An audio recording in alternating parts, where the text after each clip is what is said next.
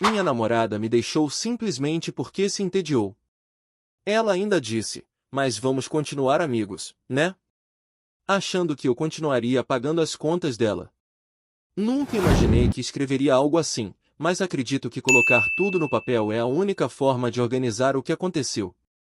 Meu nome é Maximiliano, tenho 26 anos, e recentemente minha namorada de 3 anos, Montserrat, terminou comigo dizendo uma frase que até hoje não consigo digerir. Eu me entediei, Max. Não quero desperdiçar minha vida ao lado de um único homem. Quero me divertir. Ela disse isso com uma tranquilidade que ainda me deixa em choque, como se estivesse me pedindo para comprar algo no mercado.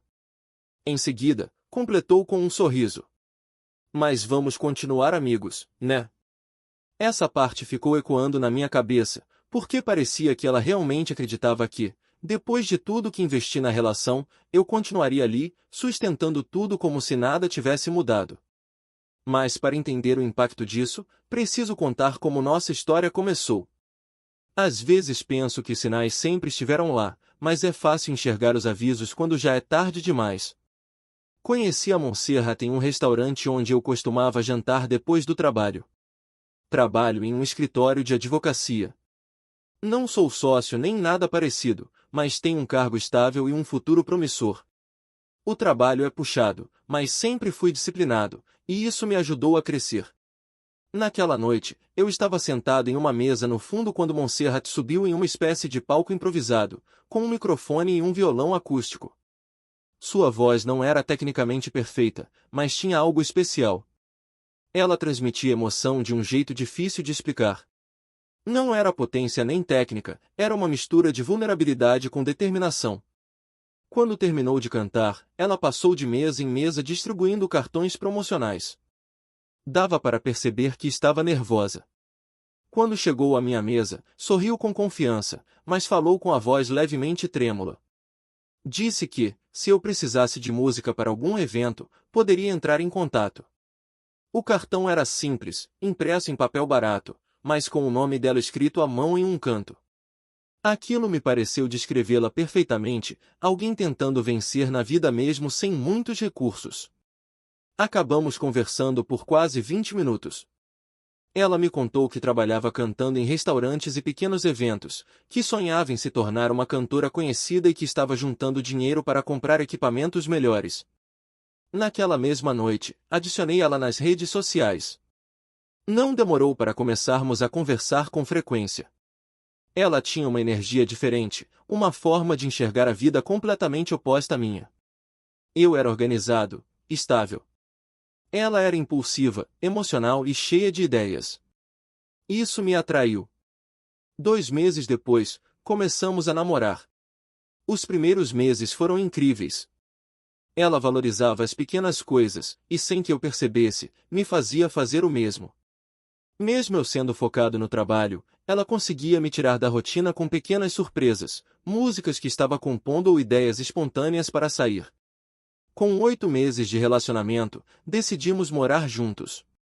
Foi uma decisão rápida, mas, naquela época, tudo parecia fazer sentido. Montserrat tinha dificuldades financeiras. Os restaurantes pagavam muito pouco, e os eventos não eram constantes. Ela mudava de quarto alugado a cada poucos meses porque nem sempre conseguia pagar as despesas. Eu conseguia arcar com meu apartamento sem problemas, então achei que seria um alívio para nós dois morarmos juntos. No começo, ela se sentia culpada por não conseguir contribuir da mesma forma, mas com o tempo foi se acostumando, e eu também deixei de ver isso como um problema. Acreditava que fazia parte de um relacionamento, apoiar o outro quando ele precisa. Com o tempo, ela decidiu se endividar para comprar equipamentos musicais mais profissionais, um microfone, uma interface de áudio, um teclado e um pequeno amplificador. Pegou um empréstimo sem ter renda suficiente para pagar com segurança. Eu sabia exatamente como aquilo terminaria, e não deu outra. Todo mês, eu acabava pagando as parcelas do crédito porque ela não conseguia. Ela sempre dizia a mesma coisa. Quando eu ficar famosa, vou te pagar tudo.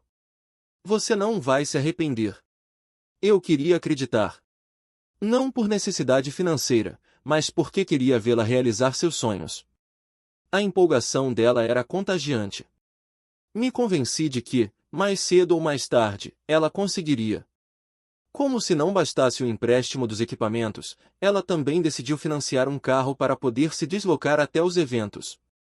O carro não era novo nem caro, mas representava mais uma despesa que ela não podia bancar. E, assim como antes, acabei pagando a maior parte das parcelas.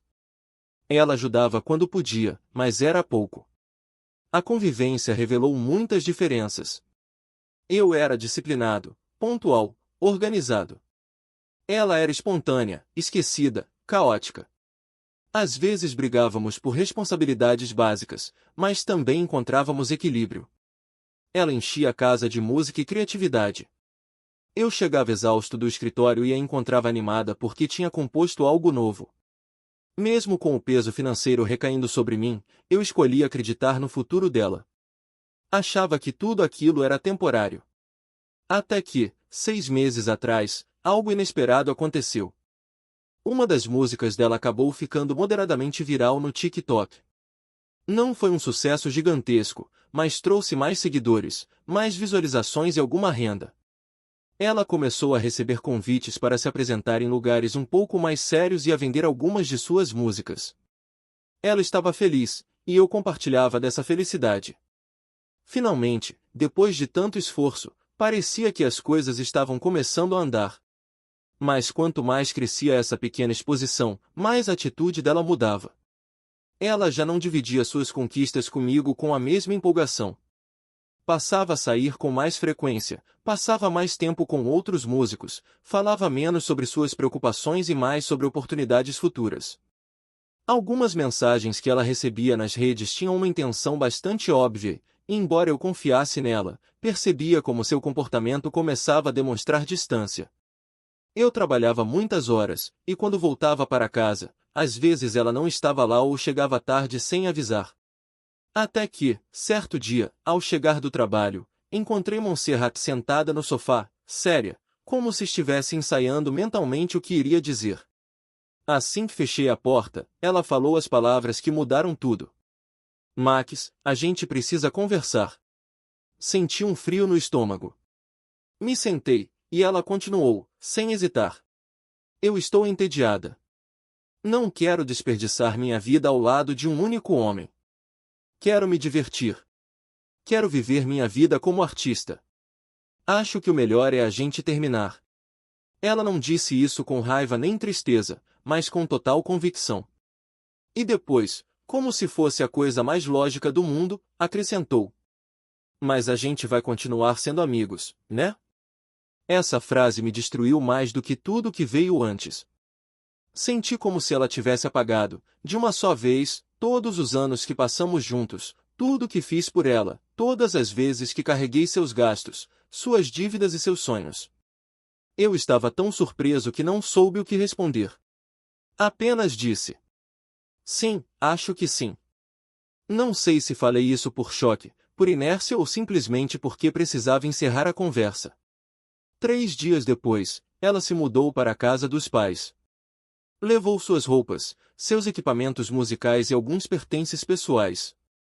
O carro ficou na garagem, mas as parcelas continuaram existindo. Depois disso, a casa ficou vazia de um jeito que eu nunca tinha experimentado. O silêncio pesava mais do que qualquer discussão que já tivemos. Passaram-se várias semanas desde que Montserrat voltou a morar com os pais. Eu fui me adaptando ao silêncio da casa e ao fato de que, agora, tudo dependia apenas de mim. Não posso negar que houve dias em que senti falta dela, mas também surgiu um alívio que eu não esperava sentir tão cedo. Não havia discussões. Não havia gastos extras. Não havia aquele peso constante de sustentar 2 vidas com um único salário. Comecei a recuperar minha rotina. Chegava do escritório, preparava algo rápido para jantar e ia ler ou simplesmente descansar, sem interrupções.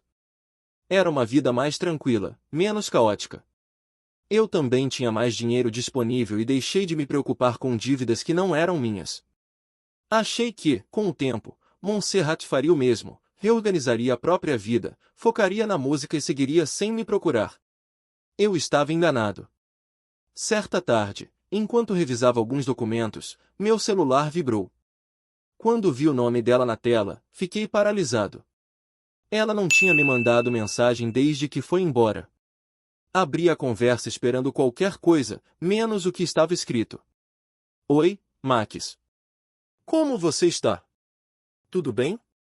Então, só para avisar que este mês vão cobrar ___ no cartão. Você poderia depositar?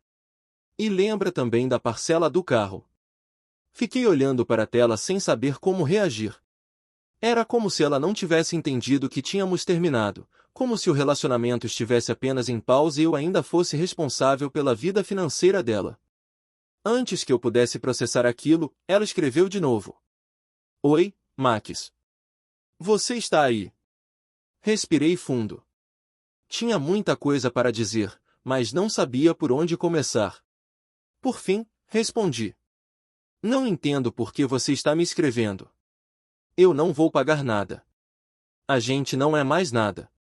Não passaram nem 10 segundos até que ela respondesse. Mas, Max, você disse que a gente continuaria sendo amigos. Amigos se apoiam, né? Você estava apoiando minha carreira. Achei que continuaria fazendo isso. Senti o ar sair do meu corpo. O jeito como ela falava, tão natural, tão convicta, me deixava perplexo. Que tipo de lógica era aquela?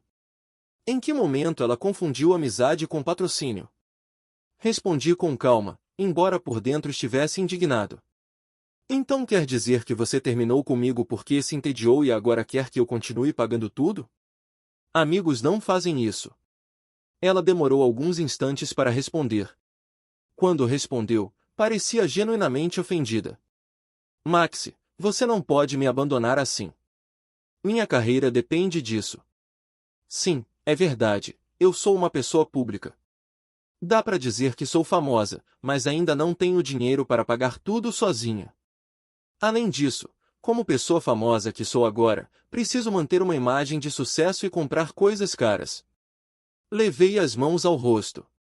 Cada palavra era uma confirmação do ego que vinha crescendo nela nos últimos meses.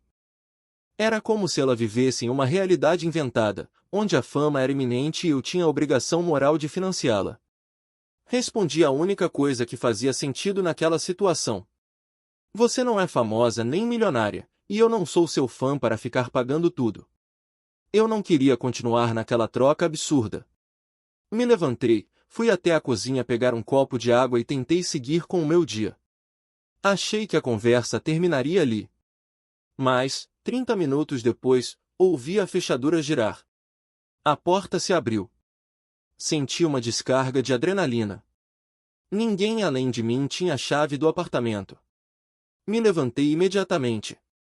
Montserrat entrou como se nada tivesse acontecido. Como você entrou aqui? O que você está fazendo aqui? Perguntei, ainda atordoado. Ela sorriu com a mesma expressão despreocupada de sempre. Ah, Max, faz tempo que eu fiz uma cópia da chave. Espero que não se importe. Afinal, a gente vai continuar sendo amigos, né? E eu vim conversar sobre as dívidas. Você não pode me deixar desamparada assim.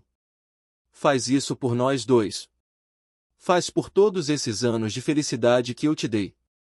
Ela continuou, completamente séria. Quando eu ficar famosa e fizerem meu próprio documentário na Netflix, vão te chamar. E eu vou dizer que você sempre me apoiou, mesmo depois de não sermos mais namorados. Se antes eu estava confuso, agora eu estava indignado. Ouvi ela falar com aquela segurança absurda, com aquele ar de superioridade totalmente sem fundamento, e percebi que a pessoa à minha frente não era a mesma por quem eu tinha me apaixonado no início. Era alguém completamente diferente, alguém consumido por uma fantasia de sucesso. Respondi sem levantar a voz, mas com uma clareza que não deixava espaço para interpretação. Vamos lá. Primeiro, eu não vou pagar nada. Você não é mais nada minha. Essas dívidas não são minhas. Você precisa se responsabilizar pelas próprias escolhas. Segundo, desce dessa nuvem. Você não é famosa. Você tem 10.000 seguidores no TikTok. O seu Hector, do Cardilling, tem 70 mil. Ele é mais famoso que você. Continuei. Em vez de 2 eventos por semana, agora você faz 3. Isso não te transforma numa superestrela. Você se sente uma rockstar porque um áudio seu viralizou um pouco no TikTok. Trabalha, cresce e paga suas dívidas. Vi a expressão dela mudar completamente. A segurança absoluta deu lugar à indignação imediata. Você vai se arrepender do que disse, falou, cruzando os braços. Vou mandar meus seguidores detonarem aquele escritório de advocacia onde você trabalha. Você vai ser demitido. Eu não consegui evitar a risada. Claro, seus 2 seguidores. Vou ficar esperando ansiosamente. O rosto dela ficou tenso.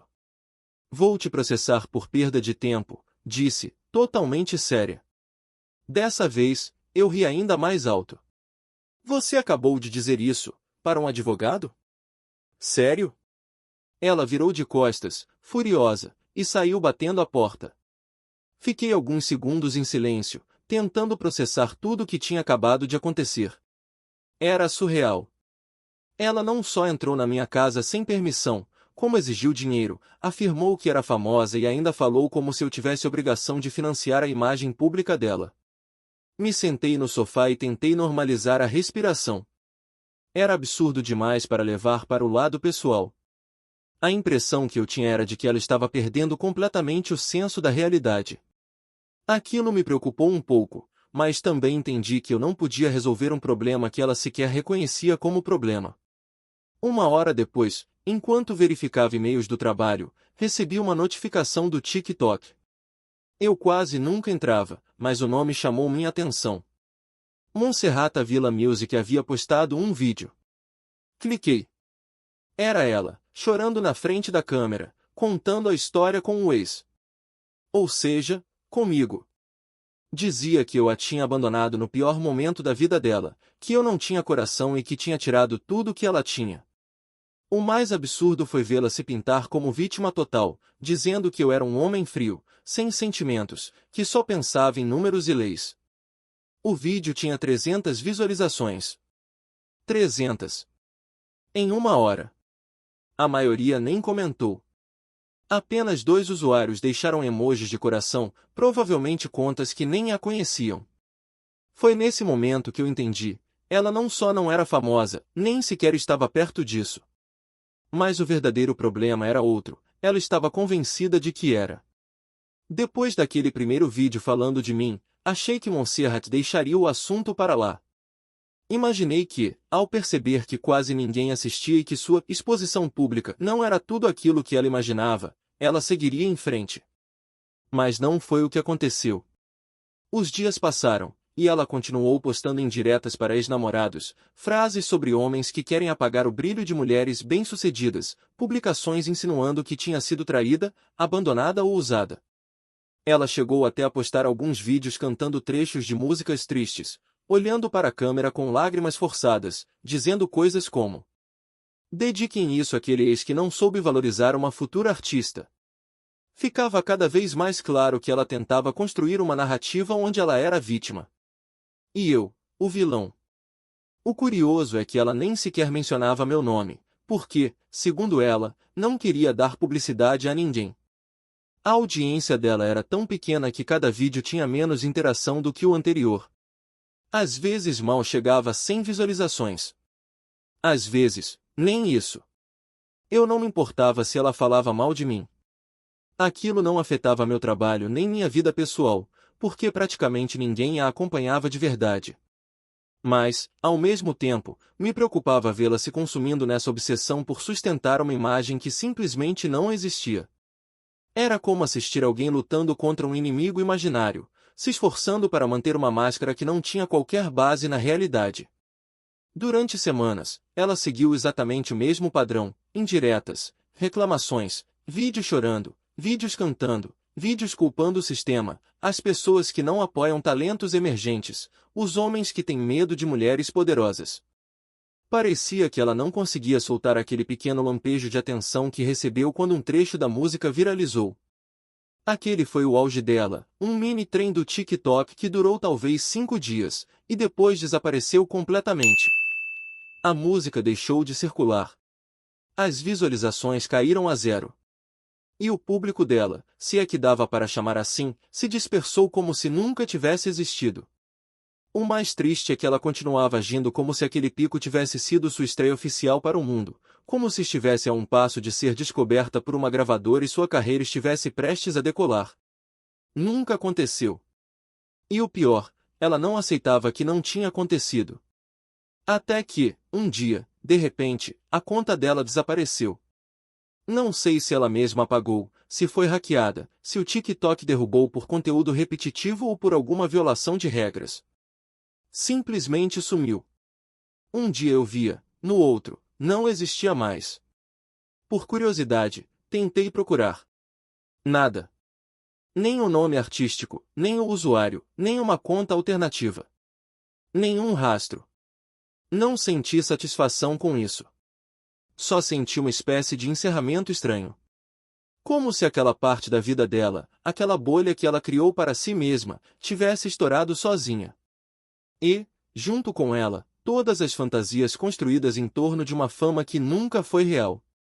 Passaram-se vários meses sem que eu soubesse absolutamente nada de Montserrat. Não perguntei por ela a conhecidos em comum, não a procurei nas redes, não tentei saber da vida dela. Depois de tudo, manter distância parecia o melhor. Mas a vida sempre encontra um jeito de te mostrar justamente aquilo que você tenta evitar. Um dia, no escritório, enquanto analisava alguns processos, um colega entrou comendo um hambúrguer. O cheiro me fez perceber que eu nem tinha tomado o café da manhã. Perguntei de onde era, e ele disse que tinha passado no Carlos Júnior, que tinham inaugurado uma nova unidade perto do escritório. Comentou que o lugar estava cheio, com muita gente nova trabalhando, e que tinha visto até uma garota cantando enquanto limpava as mesas. Falou rindo, dizendo que a menina parecia frustrada porque ninguém dava atenção. Naquele momento, nem pensei em Montserrat. Muita gente canta em qualquer lugar, então não fiz ligação nenhuma. Mas, mais tarde, ao sair do trabalho e passar em frente ao restaurante, vi uma jovem entregando pedidos na janela do drive-thru. Ela usava boné, uniforme e tinha uma expressão visível de cansaço. Reconheci na mesma hora. Era ela. Estacionei discretamente do outro lado do estacionamento.